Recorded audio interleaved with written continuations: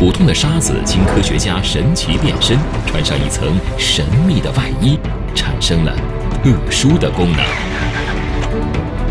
点沙成金，透油足水沙。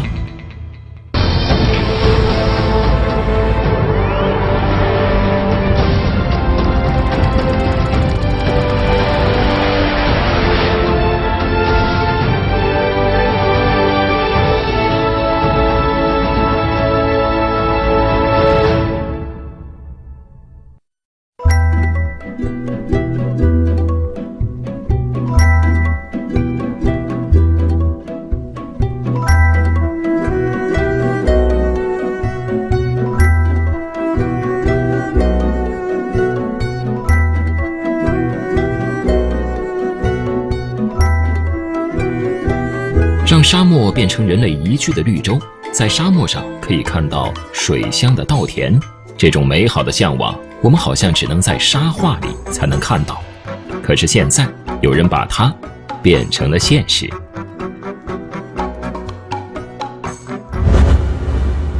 荒漠中的沙子一直被认为是生态发展包袱，但是秦升义的发明创造却让沙子变废为宝，并且为解决荒漠化提供了一条新的思路。他发明的透气防渗沙可以在沙漠里种出水稻，让沙漠种水稻的神话变成了现实。可是他在利用沙子上的梦想并不只有这些。我这个创新的理念就是叫你的需要，我的创造。我就看到我们面临的社会当中，目前社会发展过程中有什么样的问题，有什么样的需要，我就通过用沙子为原料的创新来解决这些问题，来满足这些需要。在普通人眼里，沙子就是沙子，没有什么不同。可是，在秦升义的眼里，不同地区的沙子不仅长得不一样，而且能够发挥的作用也不尽相同。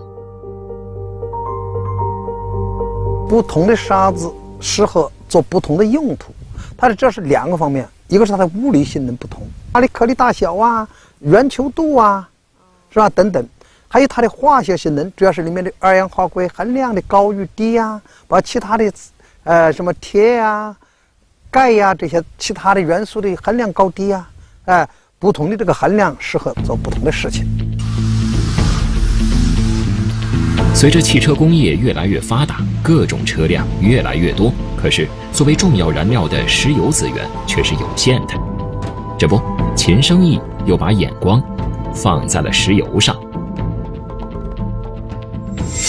利用一种新型的技术之后啊，我们可以让沙子稍稍的发生一些小变化。这个变化的结果是什么呢？那就是在沙漠地区再有了降水啊，这些水就不会到处跑掉了，反而会被积存起来。这样的话，甚至在沙漠地区啊种水稻都可以。这是昨天我们给大家讲的，那就是在沙漠地区种水稻，奥秘呢就是这些普普通通的沙子。当然，这个沙子呢已经发生了些许的变化。而我们今天要给您讲的呢，是这种黑颜色的沙子。这些沙子又有什么特点呢？它跟石油密切相关。石油作为重要的能源，已经成为我们生活中不可或缺的物质。深埋地下的石油，经过了几十年的开采，有很多油井都已经不再出油。位于胜利油田的沱11号井，1964年时，它是中国第一口日产1000吨的油井。初期的时候，这一个井可能是100方的液体里头，基本上全是油，或者有90多方是油。现在经过这个50年开发，老注水开发以后现在虽然采出的还是100方液体，但是它只有1到2名油，其他呢98方全是水。在我国开采了几十年的油井都面临着这个问题，很多油井到现在已经只出水而不再出油。这口井含水98.5，我们采厂像这种含水级别的井有300多口井，人家都说我们采油厂像采水厂了。现在石油开发面临的难题就是出油量低，开发排放对环境又会产生污染。那么，沙子跟石油会有什么样的关系？秦生义的沙子在石油行业又能有什么作为呢？车子多了，开车的人多了，不就自然对油的消耗量大了吗？而油，我就影响到我油这东西，如果都用量大了以后，它是不可再生，自然它就会形成短缺，形成一种新的需要。而石油开采正好美国发明这种水力压力工艺，用陶土制造陶力，我就想，如果我要用沙漠的沙子，通过我的科技创新提高它的性能，能够跟陶土制的陶力相媲美的话，来替代陶力做石油开采，那不就很好吗？提到石油的压裂工艺，就不得不先提一下石油在地下的储藏情况。大部分石油并不像我们想象的那样，只要把油井打到石油层，然后就等着往上抽油就成了。其实很多石油都是藏在石头的缝隙里。你看这一块石头就是从地下2045米处取上来的，油在哪呢？就在这个石头缝里。这个石头缝的直径就相当于1/10根头发丝。这是放大了100倍之后的岩石，其中黑色的液体就是石油。因为大部分石油都是存储在岩石缝隙中，为了更容易把石油提取出来，石油压裂技术也就应运而生了。压裂技术就在探明的储存石油的岩层中，利用抽油管道把岩石射出孔隙，让油液岩产生裂缝，并且裂缝越多越好，以便于石油能快速从这些裂缝中流出，以达到增加石油的采出率的功效。那这沙子到底是做什么用的呢？它就是相当于最直接的作用就是避免那个裂缝，避免咱们压开那个地下2000多米压开那个裂缝再重新闭合，这是最直接的用处。实际上给它撑开，对，把它撑住。实际上它就是给下边那个油水啊提供一个往那个采油这边来的一个高速通道。为了避免岩石裂缝闭合，需要把能抗高压的物质注入到岩石的裂缝中，起到支撑作用。所以这种物质也被称为是压裂支撑剂。但是要往地下几千米深的岩层中注入东西并不容易，需要上百兆帕压强才能把支撑剂注入到2000米以下的地下。而美国最早使用的压裂支撑剂是用陶土制作的陶粒。秦生义从压裂技术中得到灵感，既然美国可以用陶粒作为压裂的支撑剂来开采石油，增加石油的采收率，那么沙漠里的沙子是不是也可以？而且怎么做才能比陶粒更优秀呢？那如果要有这种功能性的创新的话，就说如果做到选择性的渗透能力，也就是说我能做到透油不透水，那么能够更进一步的提高石油产量，提高它的采收率。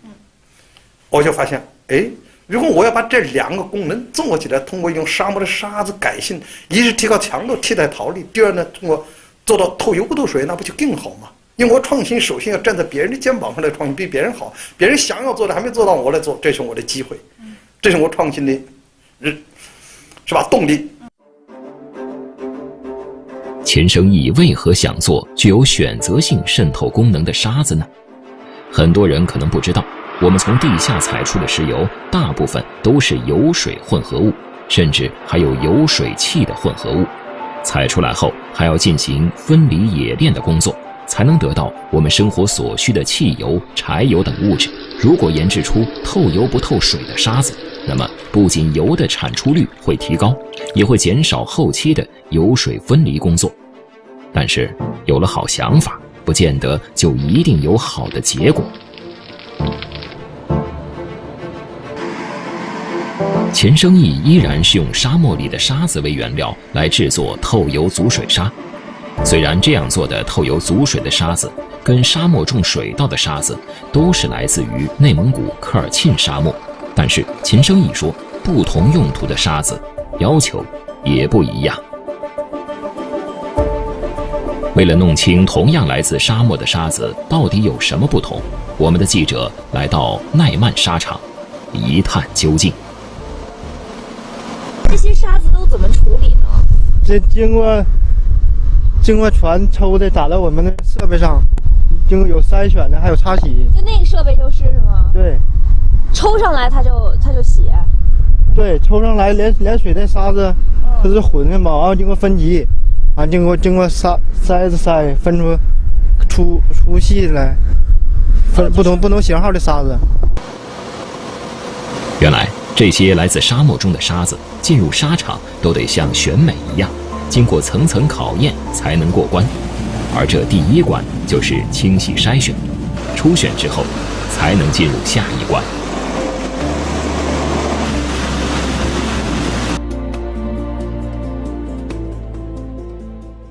通过那条长长的运输管道呢，再通过那个像水龙头一样的喷口，经过清洗和初步筛选的不同颗粒大小的沙子，就会在这片空地上被分成不同的沙堆。我面前的这一堆已经算是颗粒最粗最大的了，但是在我看来，它已经非常的细腻，非常的圆润了，就像一颗一颗晶莹的小珍珠，特别好看。这种沙子主要是应用于这个石油的生产当中。秦生义在这种沙子上做了什么，又达到了什么样的功能呢？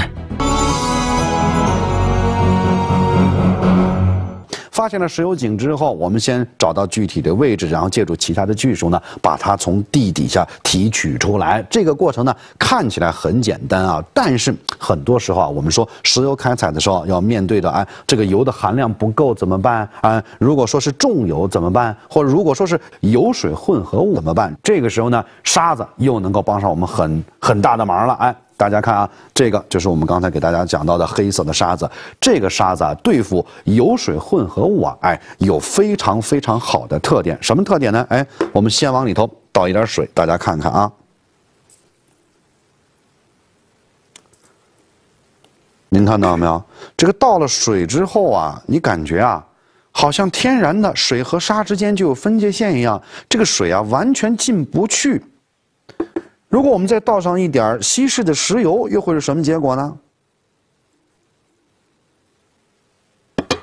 大家再来看一看，您看了吗？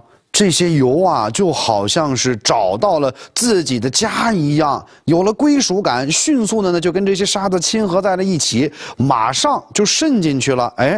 大家看没有？这个效果是非常的明显的。因此说啊，这个沙子用在石油开采上也有非常重要的用武之地。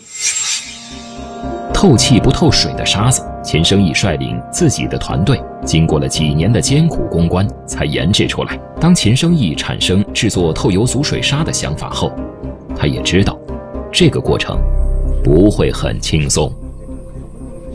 如何用沙漠上的石英砂，通过创新手段，让它变成一种透油不透水的石油压力支撑机？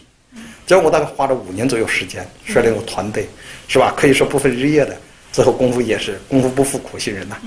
我就用了沙漠的沙子做出来，替代陶粒，而是真正实现了透油不透水。透油足水沙依然利用的是微小颗粒的覆膜技术，但是这比透气足水沙的技术更加艰难。透气足水沙只需要增加水的表面张力，达到让水不渗入就能成功。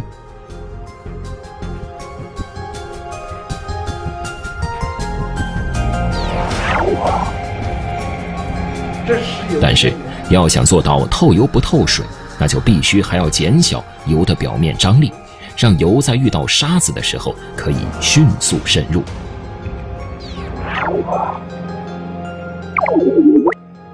最主要的措施之一就是沙粒界面改性。通过改性以后呢，我可以做到呢，增加水的表面张力，或者是降低水的表面张力，或者增加油的表面张力，或者降低油的表面张力，或者是降低油的表面张力，增加水的表面张力，我就实现了透油不透水。显微镜下依然可以清晰地看到水和油在遇到透油足水沙时的效果。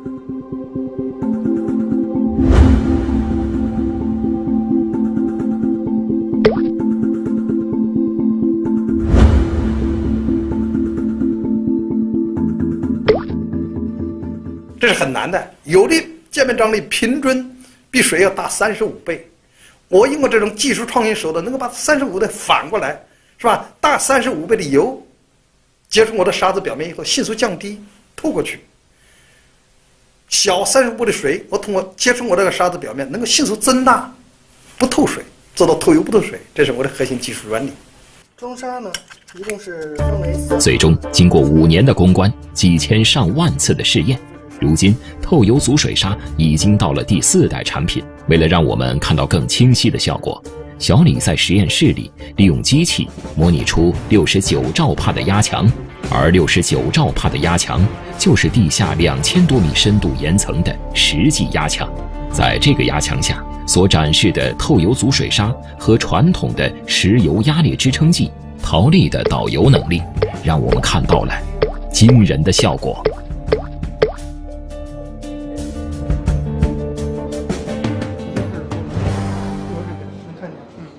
这2个的对比还挺明显，哪个是这个透油足水砂呀？我左手的这个是咱们透油足水砂，经过透油足水砂之后流出来的液体。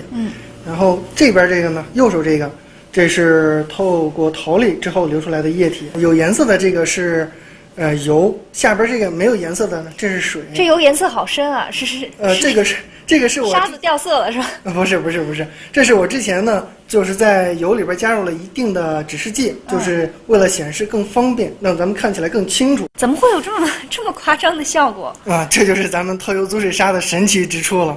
咱们透油足水砂呢，它对这个油有一种亲油的作用。但是它对水有一种排斥的作用，所以在地底采油的时候呢，这个油能通过咱们这沙子很顺利的就上来。但是水呢，它有一定的阻力，就有点费劲。对，比较费劲。所以它上来的就少了。小李为了更直观的让我们看到透油足水砂的效果，又给我们做一个小试验。这是一个演示实验，就是演示我们这个透油足水砂功效的。这个特别明了，一眼就能看见我们这个透油足水砂的这个功效。一共呢，这是3种支撑剂，就是石英砂，石英砂，一个陶力，还有咱们这个透油足水砂。好，首先用石英砂吧，就是咱们常见的沙子。当普通的沙子遇到水的时候，可以看到水很快就会流下来。看，沙子湿了。可是，当遇到油水混合物时，速度瞬间就变慢了。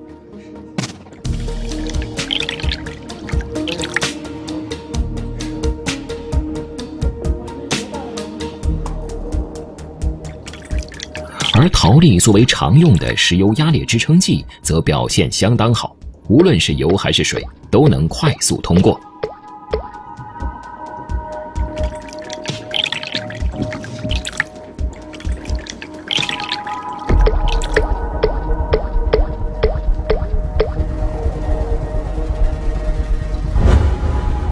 小李一展示透油足水砂，就显示出来神奇的效果。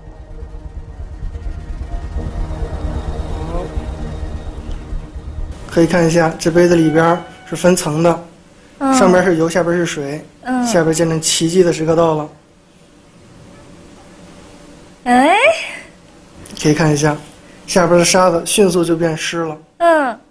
哇，哎，出来了，就像面膜术一样。那个水就全部留在那儿了，只要给它一个接触面。对，只要给它一个接触面，我们的这个油就会很快的透过这个沙子流出来。在实验室里，透油足水砂无论是在抗压能力，还是模拟石油开采时的压裂过程，都经受住了考验，表现出来的效果也非常好。可是，理论还是得需要实践的检验。那么，在真正石油开采过程中，透油足水砂的表现又怎么样呢？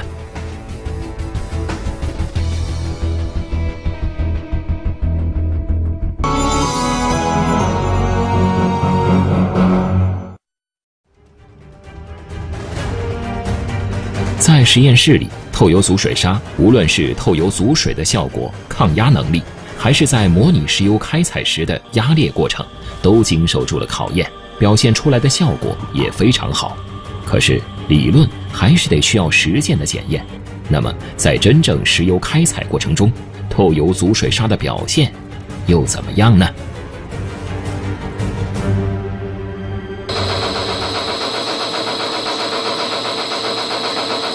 经过大庆油田等10多家油田几百口油井，现在是几千口、上万口油井的实际应用，确实比同样这个同样条件下用，比这个陶粒的产量平均大概能提高15%以上。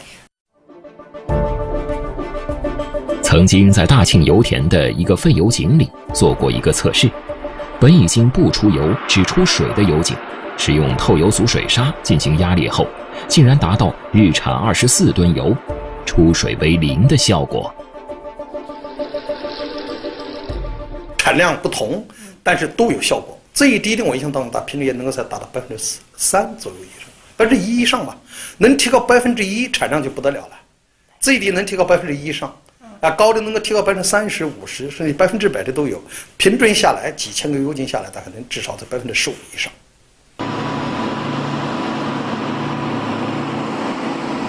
透油足水砂用在石油开采中，真正做到透油足水的效果，不仅可以增加石油的开采率，而且后期也减少了油水分离的过程。这个理念是比较前沿的，陆陆续续的大家也认识到了，包括那个国外的一个海森公司，他也提到了这种理念。海森公司是去年才提出来这种理念，大家还是在油田上还是有一定的效果出现的。强在哪呢？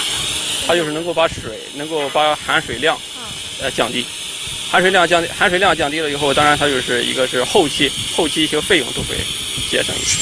老秦的这个沙子呢，就是利用一些技术，让沙子表面覆盖了一层这个膜，这个膜呢，就可以起到侵油聚水的作用了。至于其中的原理到底是什么呢？老秦也没有告诉我们，想想也可以理解啊。人家是经过千辛万苦搞出来的这项发明创造，也指望着他呢能够让自己的事业更上一层楼。所以在这儿呢，我们也就不必深究了。不过要说呢，老秦的这种沙子呢，据他自己介绍目前看来，在石油开采过程当中还是能够起到相当大的作用的。最简单的说呢，也有利于减少油水分离这样的一个工作。这么一看呢，确实对环境也好，对于这个节约资源也好，都是有很大的好处的。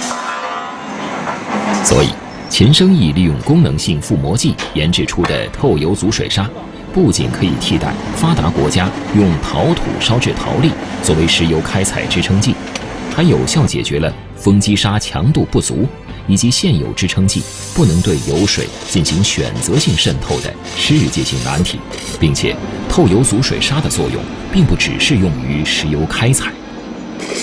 油水分离，你比方说是咱们那个生活污水就是厨房那种有油，可以应用在那上面。再一个就是用在那个油田的那个，这不叫海上漏油的一些回收它就用在那上。海上漏油回收？对，海上那个漏完油以后不在水上飘着嘛，是吧？你也知道，那污染还是很重的。你通过这种沙子可以，把那个油把它给更好的集中起来。秦生义只是在沙子上覆了一层膜，就达到如此神奇的效果。按全国每年采油2亿吨，如果全用透油足水砂进行开采，不仅可以增产石油至少3000万吨，而且还减少了后期污水排放的后顾之忧。神舟飞船返回地球的道路会遇到诸多艰难险阻，航天科技人员如何将艰险一一攻破？敬请收看《走进科学》，神舟返回。